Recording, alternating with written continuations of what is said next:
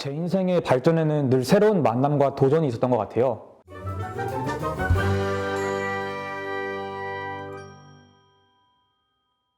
안녕하세요, 류서진입니다. 현재 미국 고등학교에서 졸업을 앞둔 학생입니다. 고등학교 1학년 때 키가 173에 몸무게가 80kg 정도였어요. 소위 말하는 뚱보였죠. 별명은 뚱보돼지였고요. 미국 친구들은 저를 픽이라고 불렀어요. 아직도 기억에 남는 게 같은 영어 수업을 듣던 백인 친구가 저한테 그러더라고요. 야, 너는 대체 잘하는 게 뭐냐? 아시아인인데 공부를 잘하는 것도 아니고 그렇다고 운동을 잘하는 것도 아니잖아. 그리고 뭔가를 한다 해도 그 뚱뚱한 몸으로 뭘 할 수 있겠냐? 이러더라고요. 그때는 그냥 나 어쩌면 아시아인이 아닌가 봐 이러고 웃어 넘겼어요. 근데 집에 가서 생각을 해보니까 너무 화가 나는 거예요.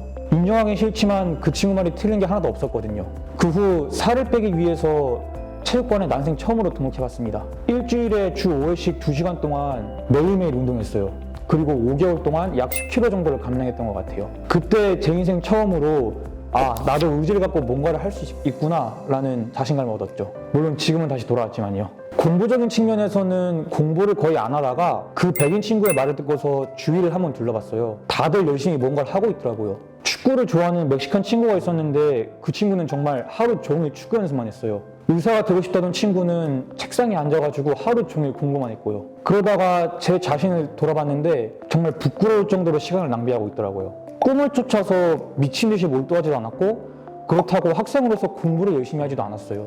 정말 제 인생에 대해서 한번 진지하게 고민해봤습니다. 그래서 일단 꿈이 없으면 공부를 열심히 해서 대학이라도 가자라는 생각이 들었어요.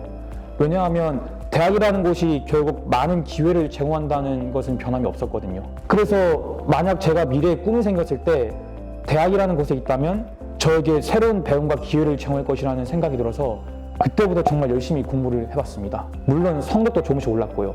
그런데 아무리 공부를 열심히 한다 해도 기본기가 거의 없던 제가 기본기가 튼튼한 친구들과 경쟁한다는 거는 솔직히 좀 무리였죠. 특히 저는 슬로우 러너, 소위 말하는 느리게 배우는 사람이었기 때문에 남들이 1시간이면 이해하는 것도 보통 2~3시간씩 걸려서 이해하기도 했어요. 물론 지금도 배움의 속도가 빠르진 않고요. 특히 SAT라는 큰 시험을 준비해야 했는데 이 시험을 준비하기 위해서는 학교 수업만으로는 벅차다는 생각이 들었어요. 그래서 그때부터 저에게 이 시험의 기본기를 가르쳐줄 선생님을 정말 절실히 찾아다녔죠. 저희 어머니가 늘 저에게 하시는 말씀이 있으신데 바로 안목을 기르라는 거예요. 이 안목이 중요한 점이 저에게 소중한 것을 남에게 맡길 때 이 사람이 정말 그것을 소중하게 다뤄줄지, 그리고 새로운 인연을 만들 때 이 사람이 정말 믿을 만한 사람인지를 분별하는 능력을 기르라는 말씀이셨죠. 그래서 선생님을 구하는데 좀 애를 먹었습니다. 비록 공부를 잘하진 않았지만 저의 숨겨진 가능성을 열어줄 그런 분을 찾고 있었거든요. 많은 선생님들과 인터뷰를 해봤지만 대부분은 그냥 인터뷰만 하고 넘어갔어요. 그러다가 재작년 겨울에 에릭 발리네이션의 에릭 선생님과 인터뷰를 할 수 있는 기회를 얻었습니다. 저는 그분과의 인터뷰가 제 인생에 몇 안 되는 터닝 포인트라고 생각해요. 왜냐하면 그분과의 인터뷰를 통해서 제가 얼마나 작은 존재인지, 또 제가 한 노력이 저 개인으로서는 최선이었겠지만 객관적으로 봤을 때는 평범하다라는 것을 일깨워 주셨거든요.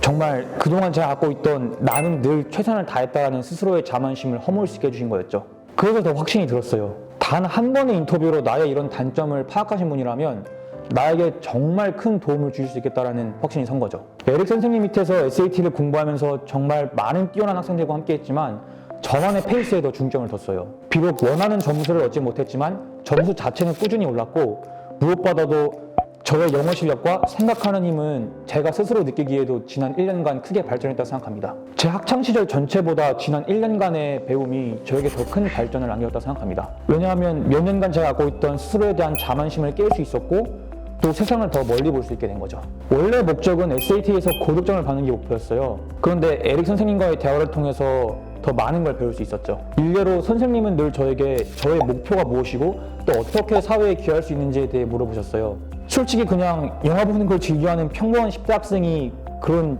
진지한 질문을 받자 스스로 좀 많이 당황했습니다. 그런데 한편으로는 내가 진짜 뭘 할 수 있을까라는 깊은 고민을 했던 시간이었던 것 같아요. 저는 늘 장애인과 비장애인 영화 관람객들의 영화 관람 환경의 차이가 너무 크다는 것이 늘 큰 문제라 생각해왔어요. 그런데 이전까지는 그저 학생이 내가 뭘 어떻게 해, 난 아무것도 못해 라는 생각으로 반감만 해왔어요. 그러다가 에릭 선생님과의 대화를 통해서 이 문제를 한번 해결해보고 싶어졌습니다. 미국 극장에는 기본적으로 장애인 관객들이 영화를 편하게 볼 수 있는 보조 장치들이 있어요. 캡티뷰라는 게 그 좋은 예시죠. 캡티뷰는 네모난 장치 안에 영화의 자막이 들어가는 거예요. 그래서 청각장애인 분들이 영화를 관람하실 때 이 영화의 자막을 읽으면서 영화의 이해를 도와주죠. 그런데 문제는 이 극장 직원들의 실수로 가끔씩 이 관람객분이 보는 영화가 아닌 다른 영화의 자막이 들어가는 거예요. 그러니까 완전히 다른 영화의 자막을 읽고 계신 거죠.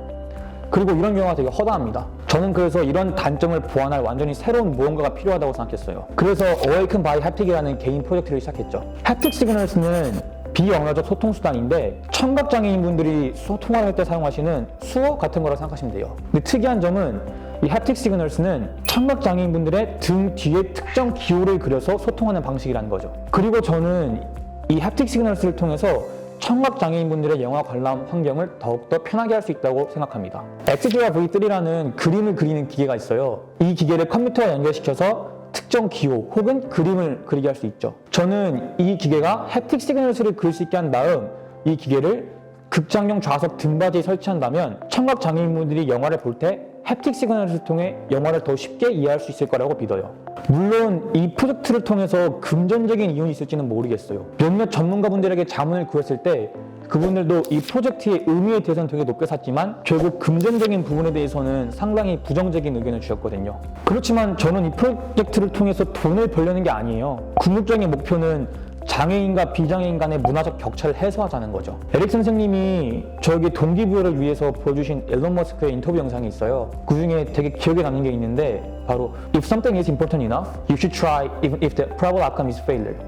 저는 이 프로젝트가 성공하지 못할 수도 있다는 것도 알고 또 실제로 상용화될 가능성이 낮다는 것도 알아요. 그런데 저는 이 프로젝트가 그만큼 중요하기 때문에 꼭 성공할 가치가 있고 그렇기 때문에 계속 이어갈 겁니다. 최근 이 프로젝트를 통해서 장애인과 비장애인 모두가 영화를 즐길 수 있는 세상을 만들고 싶다는 꿈이 생겼어요. 그리고 중요한 교훈도 얻었는데 바로 끊임없이 배워야 한다는 거였죠. 제가 큰 포부를 갖고 이 프로젝트를 시작했지만 이전까지 기계에 대해 공부해 본 적이 한 번도 없었기 때문에 정말 많은 난관이 부딪혔습니다. 그렇기 때문에 대학이라는 곳에서 기계공학과 영화학에 대해 한번 공부해 보고 싶어요.